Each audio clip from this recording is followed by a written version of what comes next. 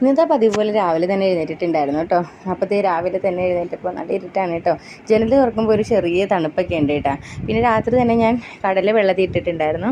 മീനൊക്കെ വെട്ടി വെച്ചിട്ടുണ്ടായിരുന്നേ. അപ്പോഴത്തെ മീനൊക്കെ അടുപ്പിലാക്കിയിട്ടുണ്ട്.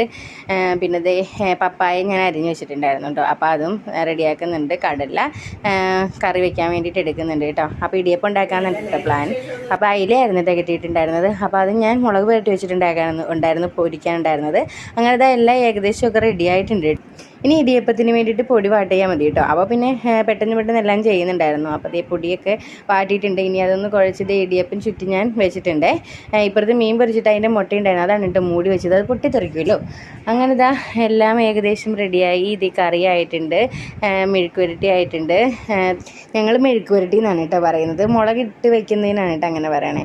പിന്നെ ഇത് ബാക്കിയെല്ലാം റെഡി ആയിട്ടുണ്ട് കേട്ടോ. അപ്പോൾ ചേമ്പ് മെഴുക്ക് പുരട്ടാൻ വേണ്ടിയിട്ട് എടുക്കുന്നുണ്ട്. ബാക്കിയെല്ലാം ആയിട്ടുണ്ട്. ഇടിയപ്പവും കറിയും എല്ലാം ആയി. പാത്രം എല്ലാം കഴുകി വെച്ചിട്ടുണ്ടായിരുന്നു കേട്ടോ.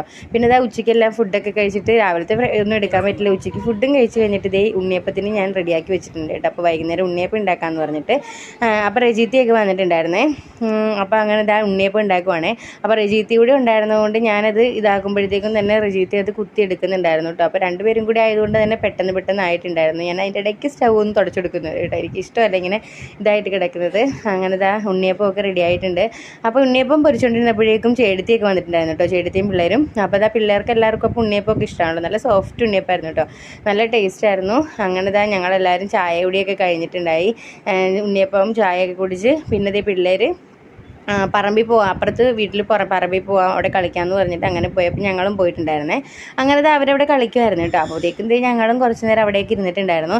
അപ്പോഴേക്കും എനിക്ക് സ്റ്റിച്ച് ചെയ്യാൻ വേണ്ടിയിട്ടൊരു ഇത്ത തന്നിട്ടുണ്ടായിരുന്നേ, ഒരു ടോപ്പായിരുന്നു കേട്ടോ. അപ്പോൾ അങ്ങനെ അത് വാങ്ങിക്കാൻ വേണ്ടി ആ ഇത്ത വന്നപ്പോഴത്തേക്കും ഞാൻ പിന്നെ അങ്ങോട്ട് പോയിട്ടുണ്ടായിരുന്നു കേട്ടോ. അപ്പോൾ എപ്പോഴും പറയാറുള്ള പോലെ തന്നെ നമ്മുടെ വീഡിയോസൊക്കെ ഇഷ്ടപ്പെടുവാണെങ്കിൽ ലൈക്ക് ചെയ്ത് കമൻറ്റ് ചെയ്ത് സപ്പോർട്ട് ചെയ്യണേ. അപ്പോൾ നെക്സ്റ്റ് വീഡിയോ ആയിട്ട് കാണാം. ഇതാണ് കേട്ടോ എൻ്റെ നാത്തൂൻ, അപ്പുറത്തിരുന്നാണ് കേട്ടോ ചേട്ടത്തി. അപ്പോൾ അതാ എല്ലാവരും ഉണ്ടായിരുന്നു. അപ്പം അങ്ങനെ എല്ലാവരും ഉള്ളപ്പോൾ നല്ലൊരു സന്തോഷമാണ് കേട്ടോ. അങ്ങനെ അപ്പോൾ നെക്സ്റ്റ് വീഡിയോ ആയിട്ട് കാണാം കേട്ടോ. അപ്പോൾ ഇത്രയേ ഉള്ളൂ ഇന്നത്തെ വീഡിയോ. Okay, by.